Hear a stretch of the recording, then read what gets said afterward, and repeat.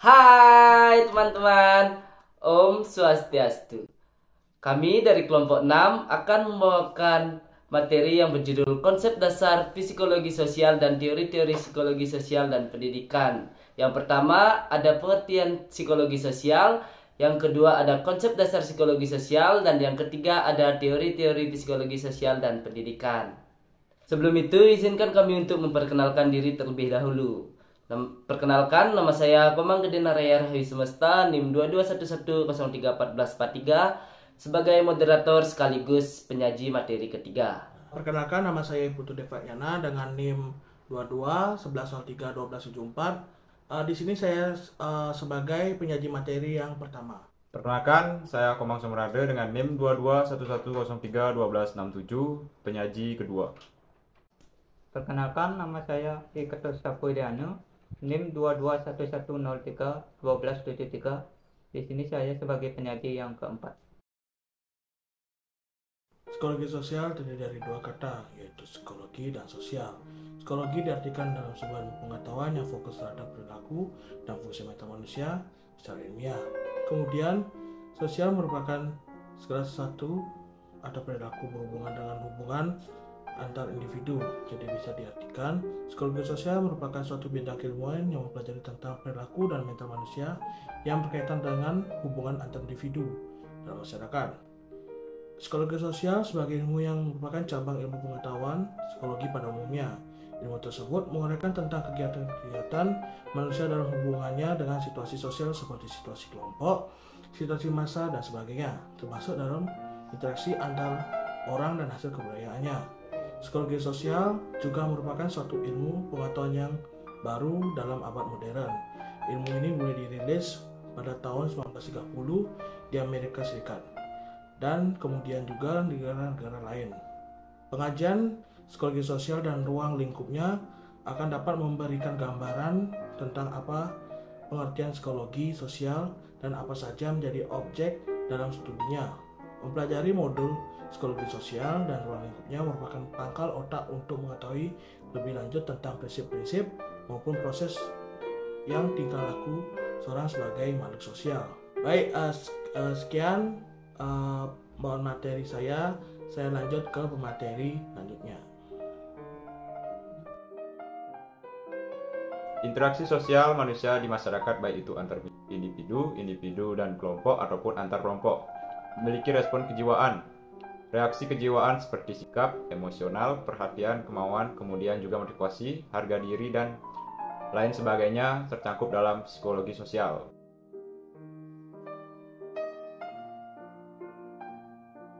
Satu, emosi. Emosi terhadap objek sosial, emosi dan reaksi emosional dapat dipengaruhi oleh lingkungan. Ketajaman emosi dan reaksi emosional dipengaruhi oleh faktor internal dan eksternal. Pengendalian respon emosi sangat penting dan kehidupan sosial. Emosi merupakan kajian dari psikologi sosial yang memiliki peranan penting dalam pembentukan perilaku seorang terhadap respon dari stimulasi dalam lingkungan sosial. Bahkan emosi juga sebagai potensi kepribadian yang perlu dilakukan pembinaan psikologi bisa melalui pendidikan keagamaan. 2. Perhatian atau rasa peka terhadap apa yang terjadi dalam lingkungan sosial seorang juga mempengaruhi cara seorang individu bersikap terhadap hubungan sosial. Yang ketiga yaitu ada minat atau daya tarik individu terhadap hubungan sosial juga berpengaruh terhadap hubungan antar individu dan kelompok berkaitan dengan proses interaksi dan pemberian respon.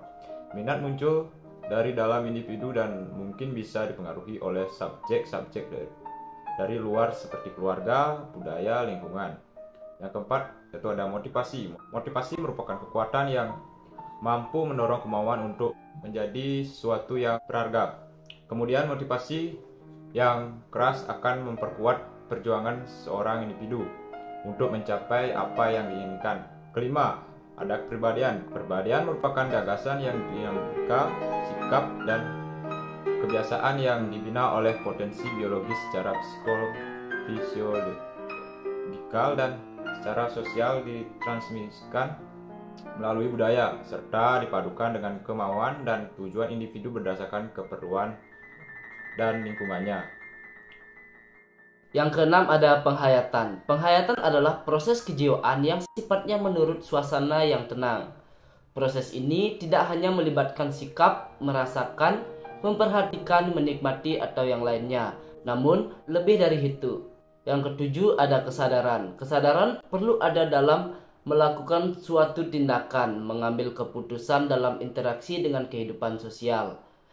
Individu ditentukan oleh individu itu sendiri setelah melihat apa yang terjadi pada lingkungan sosial sebagai respon psikologi yang positif. Kedelapan, ada harga diri. Harga diri merupakan konsep yang menciptakan manusia sebagai makhluk hidup yang bermartabat. Martabat atau harga diri yang terbina dan dipelihara akan menjadi perhitungan bagi pihak individu lain dalam memandang individu. Harga diri yang dijatuhkan akan merusak martabat individu dan dimanfaatkan oleh orang lain untuk hal yang tidak positif. Yang kesembilan ada sikap mental. Sikap mental merupakan reaksi yang timbul dari masing-masing individu jika ada rangsangan yang datang. Reaksi mental bisa bersifat positif, negatif, dan juga netral. Hal tersebut tergantung pada kondisi dari masing-masing individu serta bergantung pula pada sifat yang datang. Rangsangan yang datang akan direspon oleh individu melalui sikap atau reaksi mental yang bisa dikatakan positif, negatif, ataupun netral. Yang ke-10 ada kecerdasan dalam menanggapi persoalan sosial. Kecerdasan merupakan modal dasar yang ada dalam diri individu masing-masing dan beberapa pada setiap individu. Kemudian juga merupakan modal dasar untuk memecahkan permasalahan sosial yang muncul. Potensi kecerdasan yang berkarakter bersifat kognitif akan lebih mudah diukur. Sedangkan kecerdasan yang bersifat efektif lebih sulit diukur dan dievaluasi dengan efek kecerdasan. Kecerdasan juga sangatlah penting bagi individu untuk menjalani kehidupan dan masalah-masalah hidup yang terus terjadi. Sekian dari saya, akan dilanjutkan oleh pemateri selanjutnya. Teori-teori, yaitu teori penguatan respondensi teori. Teori penguatan ini berdasarkan pendekatan behaviorisme, terdiri dari beberapa teori, yaitu diantaranya yaitu ada teori belajar sosial dan imitasi atau theories of social learning and imitation. Teori ini mekanismenya imitasinya dibagi menjadi 3 bagian, yaitu yang pertama behavior, yaitu perilaku yang menyatakan tingkah yang sama antara dua individu terhadap rangsang yang sama. Yang kedua yaitu method dependent behavior, yaitu perilaku meniru orang lain yang dianggap lebih superior. Perilaku pihak kedua akan menyesuaikan perilaku pihak pertama. Yang ketiga yaitu copying, perilaku meniru atau dasar syarat atau tingkah laku dari model yang diberikan, termasuk model di masa lampau. Selanjutnya yaitu ada teori observational learning. Teori ini dikemukakan oleh Bandura dan Walton, bahwa tingkah laku tiruan merupakan bentuk asosiasi dari suatu rangsang. Teori ini dapat pula menerangkan timbulnya emosi yang sama dengan emosi pada model. Menurut mereka terdapat 3 macam pengaruh tingkah laku model, yaitu di antaranya yang pertama modeling effect. Modeling effect merupakan peniru melakukan tingkah laku baru sesuai dengan model.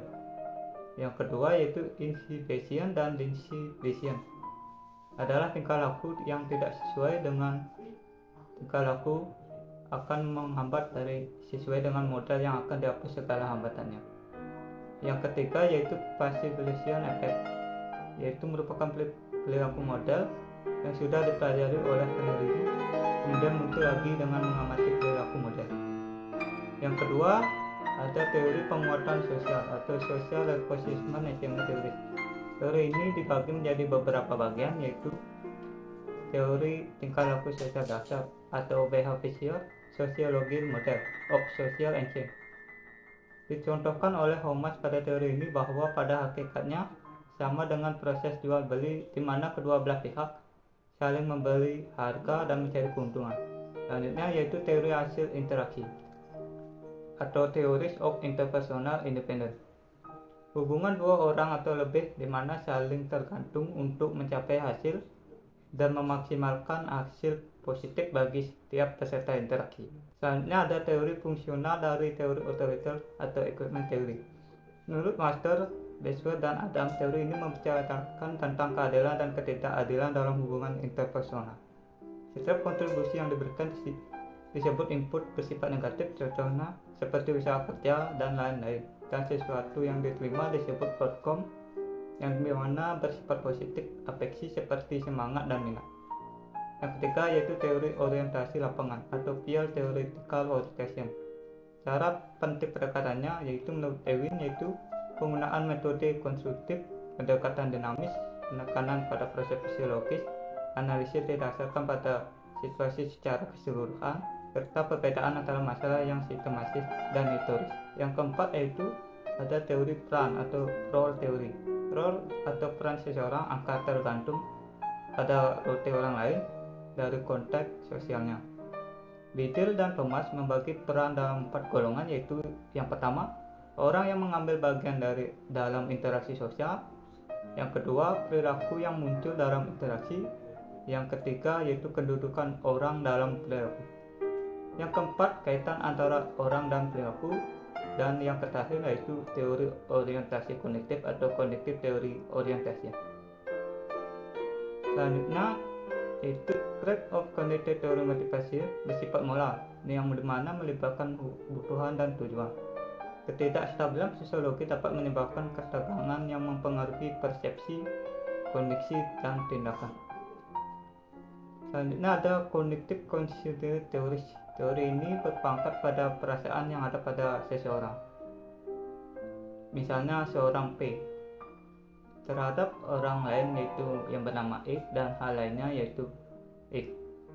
Terdapat di dalamnya prinsip keselarasan mengenai peramatan perubahan sikap dalam situasi tertentu. Yang selanjutnya yaitu teori atribusi. Teori ini menjelaskan mengenai bagaimana seseorang menentukan sikap, sifat atau karakter berdasarkan apa yang diketahui mengenai orang tersebut pada situasi dan dengan perilaku tertentu. Selanjutnya yaitu theories of social comparison, judgment and perception. Proses saling mempengaruhi dan perilaku bersaing dalam interaksi sosial menimbulkan kebutuhan untuk menilai diri sendiri dengan membandingkan diri dengan orang lain. Ada 2 hal yang dibandingkan yaitu pendapat dan kemampuan. Sekian penyajian materi dari saya kembalikan pada moderator. Baik, itu tadi pemaparan materi dari kelompok kami. Jika ada kesalahan kata, mohon dimaafkan. Kami tutup dengan para Santi. Om Santi Santi Santi Om.